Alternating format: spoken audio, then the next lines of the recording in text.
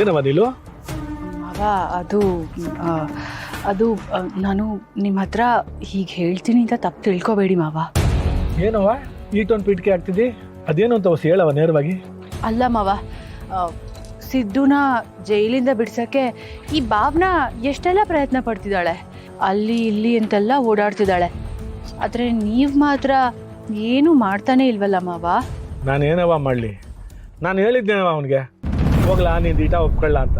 ಅವನಾಗ ಅವನು ಹೋಗಿ ದೀಟ ಒಪ್ಕೊಂಡು ಮೈ ಮೇಲೆ ಇರುವೆ ಬಿಟ್ಕೊಂಡಂಗೆ ಆಗದೆ. ಅನುಭವಿಸ್ಲಿ ಬಿಡು. ಆದ್ರೂ ಮಾವ, ಅಲ್ಲ ಪಾಪ.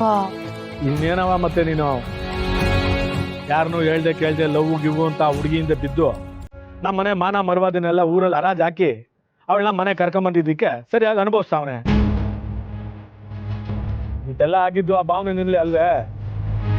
ಲೆಕ್ಕ ನೋಡಿದ್ರೆ ಅವಳನ್ನ ಮದುವೆ ಮಾಡ್ಕೊಂಡು ನಮ್ಮ ಮನೆಗೆ ಕರ್ಕೊಂಬಂದಿದ್ದಕ್ಕೆ ಅವನ್ನ ಒದ್ದು ಆಚೆ ಹಾಕ್ಬೇಕಾಗಿತ್ತು.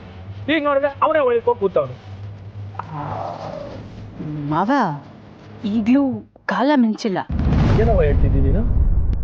ಅಂದ್ರೆ ಈ ಭಾವನಾಗೆ ಈ ಮನೆ ಬಿಟ್ಟು ಹೋಗೋ ಹಾಗೆ ಮಾಡಬೇಕು ಅಂತ ಅಂದ್ರೆ ಇದೇ ಸರಿಯಾದ ಸಮಯ. ಅವಳು ಈ ಮನೆ ಬಿಟ್ಟು ತೊಲಗಬೇಕು ಅಂತ ಅಂದ್ರೆ ಅವಳಿಗೆ ನೋವಾಗೋ ಹಾಗೆ ಮಾಡಬೇಕು ಮಾವ. ಏನವ ನೀನು ನಿಮ್ಮತ್ತೆ ನಮ್ಮವ್ವ ಎಲ್ಲ ಸೇರ್ಕೊಂಡು ಕಾಟ ಕೊಟ್ರು ಅವಳು ನೋವಾಗದೇ ಇರೋದು. ಈಗ ನಾವೇನವ ನೋವು ಕೊಡೋಕ್ಕಾಗತ್ತೆ ಅವಳಿಗೆ? ಅದೇ ಅಲ್ವಾ ಮಾವ, ಯಾರಿಗೆ ಎಲ್ಲಿ ಪೆಟ್ಟು ಕೊಟ್ರೆ ನೋವಾಗುತ್ತೋ ಅಲ್ಲೇ ಪೆಟ್ಟು ಕೊಡಬೇಕು. ಅವ್ರಿಗೆ ಎಲ್ಲಿ ಪೆಟ್ಟು ಕೊಟ್ರೆ ನೋವಾಗುತ್ತೆ ಅನ್ನೋದನ್ನ ನಾವು ಅರ್ಥ ಮಾಡ್ಕೊಂಡಾಗ್ಲೇ ತಾನೆ ನಮಗೆ ಬೇಕಾಗಿರೋದನ್ನ ನಾವು ಸಾಧಿಸ್ಕೊಳಕ್ಕಾಗೋದು. ಅಂದರೆ ಸಿದ್ದುಗೆ ನೋವಾಗೋ ಹಾಗೆ ಮಾಡಿದ್ರೆ ಅದು ಭಾವನಾ ಮೇಲೆ ಜಾಸ್ತಿ ಎಫೆಕ್ಟ್ ಇರುತ್ತೆ ಅಂತ ಹೇಳಿದೆ. ಸುಮ್ಕಿರವ ನೀನು. ಹಂಗಂತ ನಾನು ನನ್ನ ಮಗಳಿಗೆ ನೋವಾಗಂಗೆ ಮಾಡೋಕ್ಕಾಯ್ತದ? ಅದೆಲ್ಲ ಆಗದೆ ಇರೋ ಮಾತು. ಸುಮ್ಕಿದ್ಬಿಡವ ನೀನು. ಮಾವ, ಇದೇ ನೀವು ತಪ್ಪು ತಿಳ್ಕೊಂಡಿರೋದು. ಆ ಸಿದ್ದು ಇಂಥ ದರಿದ್ರದವಳ ಜೊತೆ ಲೈಫ್ ಲಾಂಗ್ ಇದ್ದು ನೋವು ಅನುಭವಿಸೋದಕ್ಕಿಂತ 1-2 ದಿವಸ ನೋವು ಅನುಭವಿಸಿ ಈ ಸಮಸ್ಯೆಯಿಂದ ಕೈ ತೊಳ್ಕೊಳ್ಳೋದು ಬೆಟರ್ ಅನ್ಸಲ್ವಾ ನಿಮಗೆ? ನೀನು ಹೇಳೋದು ಸರಿಯಾಗಿ ಅದೇ. ಈಗ ನನ್ನನ್ನು ಏನು ಮಾಡು ಅಂತೀಯವ ನೀನು? ಮೊದಲು ಸಿದ್ದುನ ಎನ್ಕ್ವೈರಿಗೆ ಅಂತ ಹೇಳಿ ಸ್ಟೇಷನ್ಗೆ ಕರ್ಸ್ಕೊಂಡ್ಬಿಟ್ಟು ಅದಾದಮೇಲೆ ಈ ಭಾವನಾ ಅವನ್ನ ನೋಡೋದಕ್ಕೆ ಸ್ಟೇಷನ್ಗೆ ಹೋಗೋ ಹಾಗೆ ಮಾಡಬೇಕು. ಅದಾದಮೇಲೆ ಮುಂದಿನ ಪ್ಲ್ಯಾನನ್ನ ನಾನು ನಿಮಗೆ ಸ್ಟೆಪ್ ಬೈ ಸ್ಟೆಪ್ಪು ಡೀಟೇಲ್ ಆಗಿ ಆಮೇಲೆ ಹೇಳ್ತೀನಿ ಮಾವ.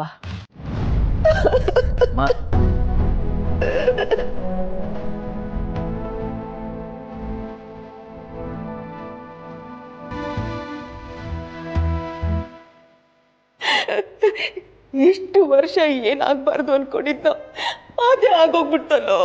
ನನ್ನ ಕನ್ಸು ಮನ್ಸಲ್ಲೂ ಹೀಗೆಲ್ಲ ಆಗತ್ತೆ ಅನ್ಕೊಂಡಿರ್ಲಿಲ್ಲ. ಯಾರು ಈ ಕೆಲಸ ಮಾಡಿದ್ರು? ಅಲ್ಲಮ್ಮ, ಅದೇನಾಯ್ತು ಅಂತ ಹೀಗೆ ಬೆಳ್ತಿದ್ಯಮ್ಮ. ಅಷ್ಟಕ್ಕೂ ಅವ್ರು ಯಾರು? ಅವ್ರು ನಮ್ಗೇನಾಗಬೇಕು?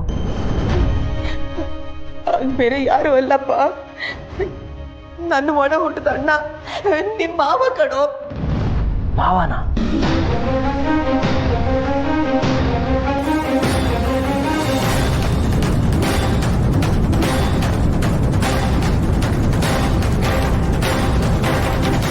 ಅಲ್ಲಮ್ಮ, ನಿಮಗೊಬ್ಬ ಅಣ್ಣ ಇದ್ದಾರೆ ಅಂತ ಇಷ್ಟು ವರ್ಷ ನಮ್ಗೆ ಹೇಳಿಲ್ವಲ್ಲಮ್ಮ.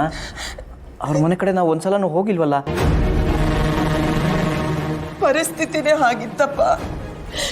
ನಾನು ನಿಮ್ಮಪ್ಪ ಕಷ್ಟಪಟ್ಟು ಒಂದು ಸ್ವಂತ ಮನೆನ ಕಟ್ಟಿ ಆ ಮನೆ ಗೃಹಪ್ರವೇಶಕ್ಕೆ ಕರೆಯೋದಕ್ಕೆ ಅವ್ರ ಮನೆ ಹೊಸಲು ತುಳಿಯೋದು ಅಂತ ಶಪಥ ಮಾಡಿ ಬಂದಿದ್ದೆ ಕಣೋ. ಇವಾಗ ನನ್ನ ದುಡ್ಡಿಗೆ ಕೈ ಚಾಚದ್ಲು ಅಂತ ಅವ್ರದ್ದು ಚೀತು ಅನ್ನಿಸ್ಕೋಬೇಕು ಅಂತ ಸ್ಥಿತಿ ಬಂದ್ಬಿಟ್ಟಿದೆ.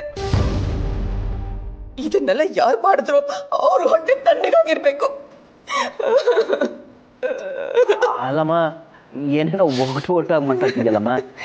ಅಂದರೆ ನಿನ್ನ ಮಾತಿನ ಅರ್ಥ ನಾವೇ ಯಾರೋ ನೋಟಿಸ್ ಕಳ್ಸಿದೀವಿ ಅನ್ನೋ ಥರ ಹೇಳ್ತಿದ್ಯಾ ನೀನು? ಅಲ್ಲಮ್ಮ, ನಮ್ಗೆ ಗೊತ್ತಾಗ್ತಿರೋದೇ ಇವಾಗ. ನೀನು ಇಷ್ಟು ವರ್ಷ ಆದಮೇಲೆ ಹೇಳ್ತಿದ್ಯಾ. ನಮ್ಗೆ ಹೇಗಮ್ಮ ಗೊತ್ತಿರುತ್ತೆ? ಅಮ್ಮ, ನನಗನ್ಸುತ್ತೆ ನಿನಗೆ ಆಸ್ತಿ ಕೊಡಬೇಕಾಗ್ಬೋದಲ್ಲ ಅಂದ್ಬಿಟ್ಟು ಅವ್ರುಗಳು ಈ ಥರ ಪ್ಲ್ಯಾನ್ ಮಾಡಿ ಹೀಗೆ ಮಾಡಿದ್ದಾರೆ ಅನ್ಸುತ್ತೆ.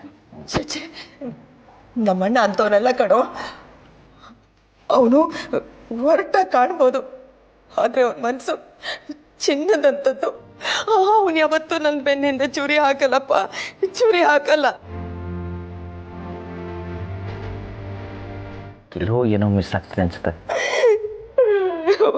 ಪ್ಲೀಸ್ ನೀನು ಯೋಚನೆ ಮಾಡ್ಬೇಡ, ಏನು ಅಂತ ನಾನು ವಿಚಾರಿಸ್ತೀನಿ. ಸಮಾಧಾನ ಮಾಡ್ಕೊಮ್ಮ ಪ್ಲೀಸ್.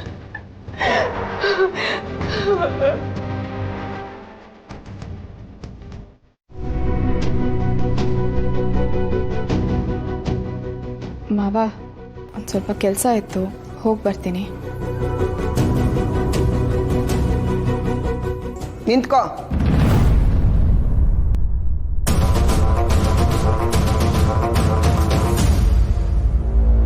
ಏನು ಬೆಳಿಗ್ಗೆ ಬೆಳಿಗ್ಗೆನೆ ರೆಡಿಯಾಗಿ ಎಲ್ಲ ಹೊರಟಿದ್ಯಲ್ಲ? ಬೆಳಿಗ್ಗೆ ಮನೆಯಿಂದ ಹೊರಡ್ತೀಯ, ಸಂಜೆ ಮನೆಗೆ ಬರ್ತೀಯ. ಗಂಡ ಮನೇಲಿಲ್ಲ ಅನ್ನೋ ಬೇಜಾರು ಒಂದು ಸ್ವಲ್ಪನಾದ್ರೂ ನಿನ್ಗಿದೆಯಾ? ನನ್ನ ಮಗ ಇಲ್ಲದೆ ಇರೋ ಮನೇಲಿ ನಿನ್ನನ್ನು ಕರ್ಕೊಂಡೋಗಿ ಅವ್ರ ಮನೆಗೆ ಬಿಟ್ಬಿಡು ಅಂದೆ. ನಮ್ಮ ಮನೆಯವ್ರು ನನ್ನ ಮಾತು ಕೇಳಬೇಕಲ್ಲ. ಎಲ್ಲ ನನ್ನ ಹಣೆ ಬರ.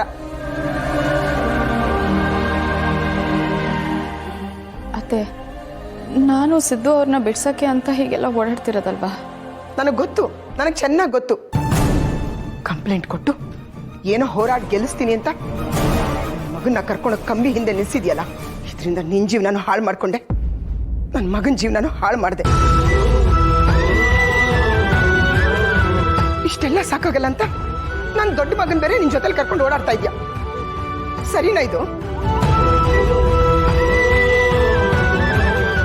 ಏನು ಕರ್ಮನೋ ಏನೋ, ನಾದಿನಾಗಿದ್ದು ನನ್ನ ಮಗನ್ನ